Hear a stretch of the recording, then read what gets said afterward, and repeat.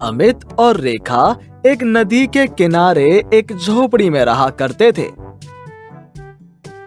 उनकी शादी को कई साल बीत चुके थे, परंतु उनकी कोई संतान नहीं थी। हमारी शादी को कितने साल बीत गए हैं, लेकिन हमारी कोई संतान नहीं है। मैं कितनी अभागन हूँ, आपको एक संतान भी नहीं दे पाई। इसमें तुम्हारी क्या गलती है रेखा? गलती तो मेरी है जो मैं तुम्हें कभी माँ नहीं बना पाया। आए दिन तुम्हें कितनी सारी मुसीबतों का सामना करना पड़ता है। कोई भी कुछ भी कहकर चला जाता है। मैं तो सब सह लूं, पर मुझे चिंता यही है कि आपका वंश आगे नहीं बढ़ेगा।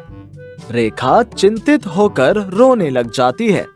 अमित उसको चुप कराता हुआ कहता है, खबरदार रेखा, आज के बाद तुम रोई तो। अरे मेरा वंश कोई इतना महान नहीं है कि आगे नहीं बढ़ेगा तो कोई जुल्म हो जाएगा। मैं तुम्हें बेहद प्यार करता हूँ और हमेशा करता रहूंगा जी। मुश्किल से 2 जन की रोटी मिलती है, उसी में हम दोनों खुश हैं। पर कुछ नहीं, जल्दी से खाना लगाओ, भूख लगी है। दोनों मिलकर खाना खाएंगे। अमित और रेखा खाना खाते हैं। रेखा को कुएं से पानी लेकर आना होता है। वो जैसे ही जा रही होती है तभी कुछ औरतें उसे ताना देती हैं। हे भगवान, किसका चेहरा देख लिया आज? अब तो कुछ न कुछ गलत होकर ही रहेगा। जिस शुभ कार्य के लिए मैं जा रही थी, अब वो भी कार्य होने से रहा। क्या हुआ शांता, इतना परेशान क्यों हो रही हो? क्या देख लिया तुमने? अरे वो देख, सामने से रेखा आ रही है। एक बांझ का चेहरा देखना कितना बड़ा अपशगुन है, ये तुम्हें नहीं पता क्या मीना? मैं इतने शुभ कार्य के लिए जा रही थी, सामने से ये रेखा आकर कहां से धमक पड़ी पता नहीं। रेखा शांता की बातों को दिल से लगाकर रोने लग जाती है। तभी वहां पर अमित आ जाता है। अमित को आता देख वो शांत हो जाती है और अपने आंसू पोंछ लेती है। रेखा, मैं नदी में मछलियां पकड़ने जा रहा हूँ। कोई फायदा तो है नहीं, मछलियाँ तो जाल में फंसती ही नहीं है। समय बर्बाद और हो जाता है, सो अलग।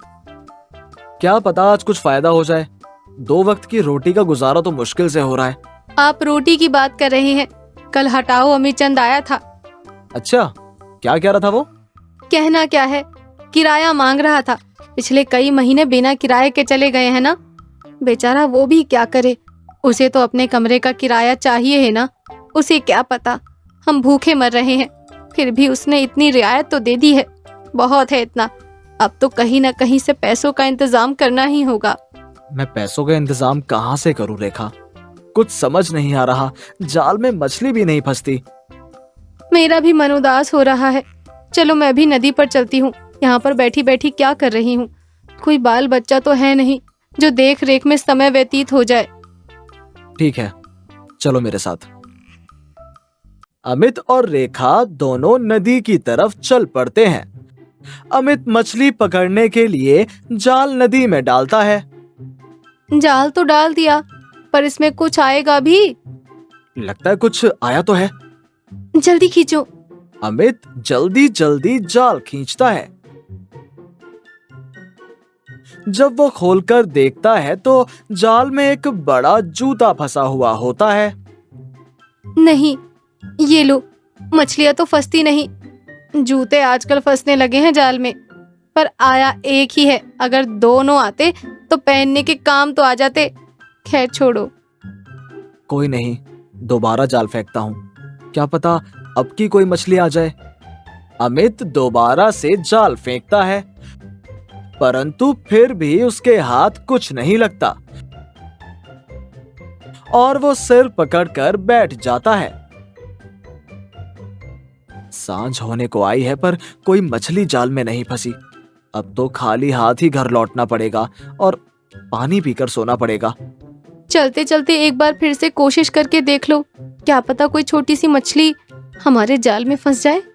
अमित रेखा के कहने पर एक बार फिर से जाल पानी में डालता है, परंतु इस बार उसको ऐसा लगता है कि उसके जाल में कुछ फंस गया है। जल्दी खींचो, जल्दी खींचो।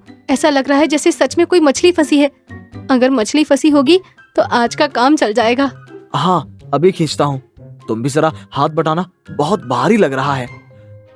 अमित और रेखा दोनों जोर लगाकर जाल को खींचते हैं तो उसमें एक मछली पाकर बहुत खुश होते हैं।